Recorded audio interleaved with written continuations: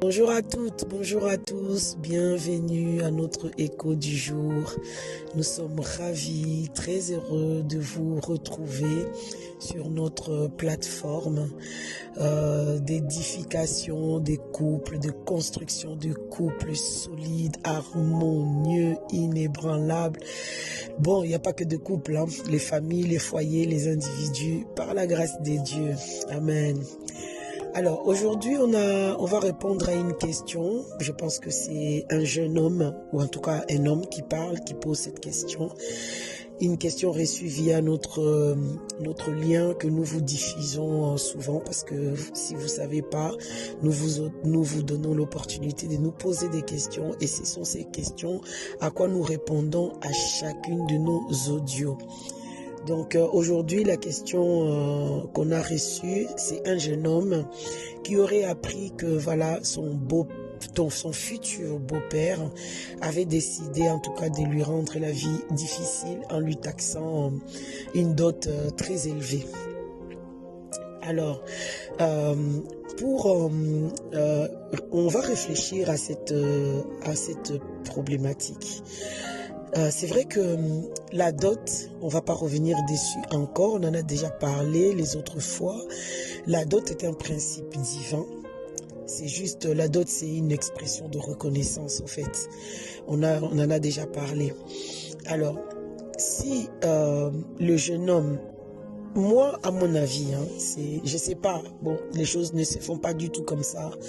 Je sais pas à quel moment on a décidé que ce soit les parents de la jeune fille qui fixent le montant ou en tout cas qui demandent donnez-nous ça. Parce que la dot, normalement, bibliquement parlant, c'est la marque de gratitude et de reconnaissance que le parent de du jeune homme, exprime à l'égard de la famille, des parents de la jeune fille, d'avoir éduqué, investi dans la jeune fille, parce que demain, ses futurs époux dira waouh, Salomon, je suis d'accord avec toi, c'est lui qui trouve une femme, trouve le bonheur, mais que ces bonheurs-là, pour le trouver, ça a été travaillé. Quoi. Les parents ont travaillé, ils ont investi. C'est pour ça aujourd'hui, moi, je vais m'en jouir. Je vais construire une vie équilibrée, paisiblement, parce qu'il y a d'autres qui ont investi dans cette jeune fille, dans cette jeune femme qui va m'accompagner.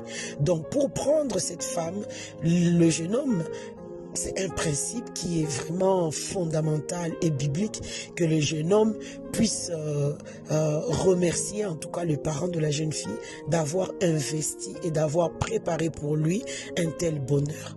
Donc c'est ça la dot, bibliquement parlant. On n'a pas vu Abraham en envoyant son serviteur aller chercher la femme de son fils Isaac, leur dire voilà, envoyez-moi la liste, envoyez-moi ceci. Non, pas du tout. Abraham, c'est l'expression de son cœur, de sa générosité, de sa reconnaissance qui a parlé et qui est parti, qui a chargé son serviteur des cadeaux, des présents, de la dot, donc, pour aller donner aux parents de la jeune fille que le serviteur aura trouvé comme épouse pour son fils. C'est ça le schéma biblique en fait de la dot. C'est que c'est l'expression des parents du jeune homme et le jeune homme lui-même qui s'exprime auprès des parents de la fille d'avoir investi autant dans la vie de cette jeune fille pour qui il dira celui qui a trouvé une femme a trouvé le bonheur. Vous et moi, nous ne savons pas à quel moment ça a viré, où les parents du jeune fille ont jugé que les jeunes hommes ou les parents des jeunes hommes ils sont radins, et puis fixons nous-mêmes le montant de la dot, ou en tout cas l'exigence qu'on veut pour la dot et tout. Je sais pas à quel moment les choses ont viré, mais en tout cas là, moi personnellement, je vois pas le schéma biblique. Le schéma biblique, c'est ce que Abraham, par exemple, a fait, ou voilà. Bon, peu importe, même s'il demande, parce que c'est vrai, pourquoi pas, je veux pas que tu m'offres un cadeau qui sera pas utile pour moi. Tu me connais peut-être pas beaucoup, donc peut-être c'était ça l'idée à la base. Hein. On se questionne, c'est une réflexion. Peut-être c'était ça l'idée à la base. Bon, on sait pas, tu me connais pas, je te connais pas, on vient de se connaître.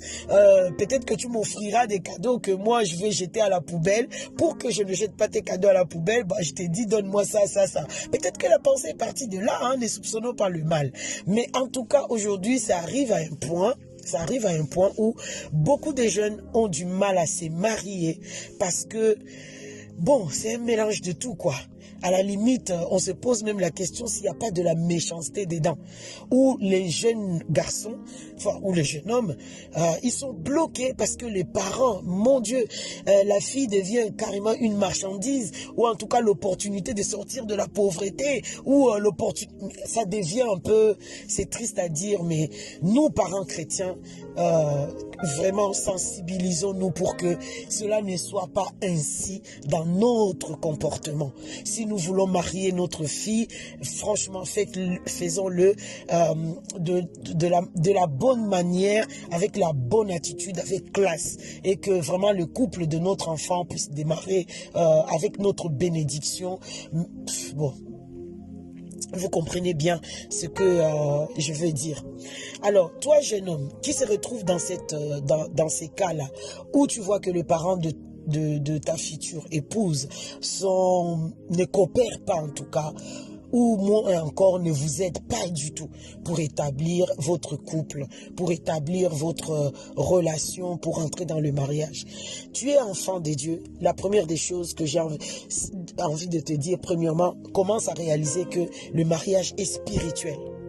Commence à réaliser que le mariage est spirituel et que pour traiter toute chose, quand tu vas chez le médecin, quand tu as une appendicite, il va pas te donner du Doliprane juste pour tempérer la température ou quelque chose comme ça. Non, on va aller jusqu'à la chirurgie. Pourquoi? Parce que le mal que tu as exige tel traitement. Donc, parce que le mariage est spirituel, traiter tout ce qui a trait au mariage, il faut que tu le conçoives de manière spirituelle d'abord. C'est ça le point. Deuxième point, réalisons que le mariage n'est pas du tout fait pour les enfants. Quand on parle des enfants, c'est pas les enfants physiques, enfin, les enfants physiques, c'est-à-dire un enfant qui a 10 ans, tout ça. Non, on parle d'enfants spirituels. Tout simplement pour dire que ton homme intérieur n'est pas encore arrivé dans une mesure ou encore dans la capacité à aimer ses ennemis, à pardonner, à voir dans le spirituel, à concevoir les choses dans le domaine hautement spirituel pour traiter la vie, pour traiter les choses, parce que il t'en faut au fait. Il faut absolument que ton homme intérieur, ton esprit devienne mûr, mature, que tu grandisses, que tu croisses pour prétendre te marier. Parce que le combat qu'il y a dans le mariage, tu ne peux pas les surmonter si tu n'es pas mûr spirituellement. Ne va pas rêver que tu vas y arriver par la vertu, de quelle vertu même, je ne sais pas. C'est impossible, c'est pas collable, ça ne se fait pas. Et puis, troisième chose, bah voilà, réalise tout simplement que les combats vont se mener à genoux. Tu as face à toi l'ennemi derrière, soi-disant le papa, qui est en train de les manipuler pour saboter ta destinée. Parce que toi, ton désir, c'est de plaire à Dieu, c'est d'honorer l'institution qui est le mariage, c'est d'honorer les parents, parce qu'ils sont les parents. Tu ne veux pas faire les choses n'importe comment, tu ne veux pas aller dans tous les sens, mais l'ennemi s'oppose à toi pour t'attaquer, pour que tu puisses faire les choses n'importe comment. Et une fois que tu vas faire les choses n'importe comment, lui, il aura l'ouverture sur ta vie pour venir saboter, pour venir faire n'importe quoi dans ta vie. Donc, prends conscience que les combats se mènent à genoux contre ces sabotages de ta destinée. Donc, quatrièmement, reste ferme sur ta décision à honorer l'institution et à honorer les parents, le principe. Parce que l'encouragement que je veux t'apporter aujourd'hui combat les découragements. Pourquoi? Parce que si tu restes ferme, Dieu honore ceux qui l'honorent. Si tu continues à rester ferme et que tu honores Dieu, Dieu va pas t'oublier, il va payer, il va te rémunérer, il va t'honorer. Donc reste ferme, combat, prends les gens, je sais pas, quelques frères, voilà, un petit groupe de 2 ou 3 avec qui vous vous mettez en accord pour prier ensemble et combattre cet esprit qui s'est levé devant toi pour qu'il t'amène à ne pas respecter ou honorer l'institution. vraiment notre prière pour toi qui est en train de traverser cette situation et que le Seigneur te donne la force dans ton homme intérieur de t'élever pour repousser cette intimidation. Que tu sois rempli de l'assurance de l'amour de Dieu qui est de ton côté et que tu sois rempli de la force, de la puissance du Saint-Esprit et que la sagesse d'en haut te puisse être communiquée pour sortir de là victorieux parce que celui qui est en toi est plus fort que celui qui est dans le monde. Assurément, la victoire est de ton côté. Donc, que le Seigneur te bénisse abondamment et sois-en sûr, la victoire est de ton côté.